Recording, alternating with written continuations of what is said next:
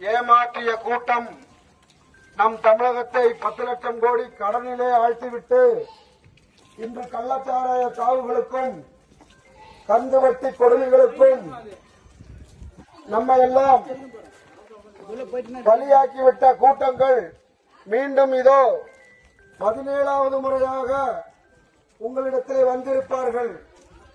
ஆனால் அதற்கு மாறாக ஒரு கொள்கை முழக்கத்தோடு அரசியல் மாற்றமே உண்மையான விடுதலை, மாறாக ஆட்சி மாற்றம் என்பது ஏமாற்றமே என்று சொல்லி அடிப்படையிலே மாற்ற வேண்டும் என்ற முழக்கத்தோடு மாற்றத்திற்கான மக்களின் குரலாய் இதோ உங்கள் மத்தியிலே செந்தமிழன் சீமான் அண்ணனுடைய தம்பிகள் உங்களுடைய பொற்பாதங்கள் தொட்டு இருகரம் கோப்பி உங்களுடைய வாக்குகளை கேட்டு வந்து கொண்டிருக்கிறார்.